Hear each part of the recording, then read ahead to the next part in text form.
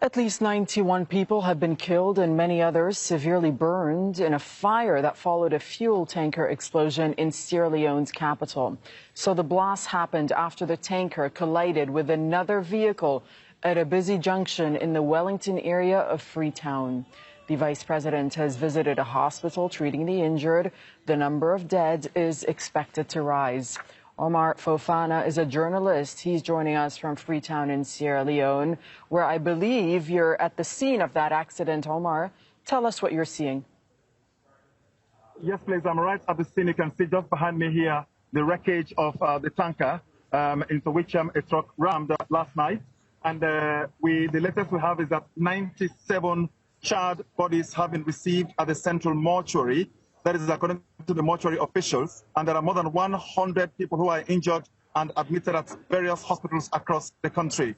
The health area has been stretched, with hospitals asking for everything that they need to be able to respond. Most of those more than 100 patients who are currently admitted are said by the country's Deputy Health Minister, Dr. Amara Jambai, to be critically injured. And it's a matter of time, he says, before the death toll rises. So, as you can see here right now, there are lots of people in the background here, people expressing concern and some people wailing. Tell us more about how this actually happened.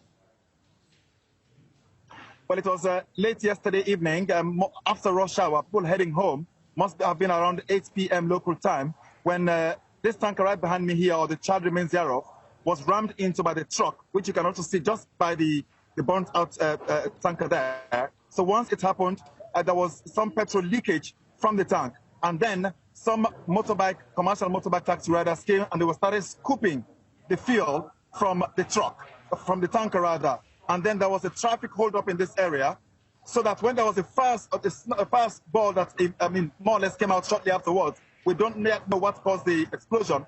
But once it happened, then those who were trapped in the traffic in their vehicles, the explosion hit them, the fireballs more or less snowballed the whole area. And many of those who died or there were burnt inside their vehicles. And a lot of others who died were the motorbike taxi riders who were scooping fuel from the tanker. We expect, or there are reports, that there will be some sort of emergency response meeting later chaired by the country's vice president. What do we expect to happen there? Yes, the country's president is at the climate summit in Scotland, so the vice president is acting, and there is an emergency response meeting which is scheduled to happen any moment from now, which will be chaired by that vice president.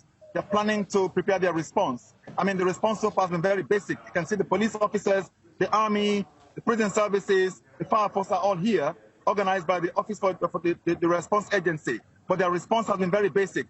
Those who responded last night to collect the bodies and send them to the mortuary this morning had to use basic plastic bags to cover their hands with. That is how far things have been stretched here in terms of the response. But we don't know what they will come up with once that emergency meeting happens later today. Okay, thank you so much for the time being, Omar Fofana, for giving us an update from Sierra Leone.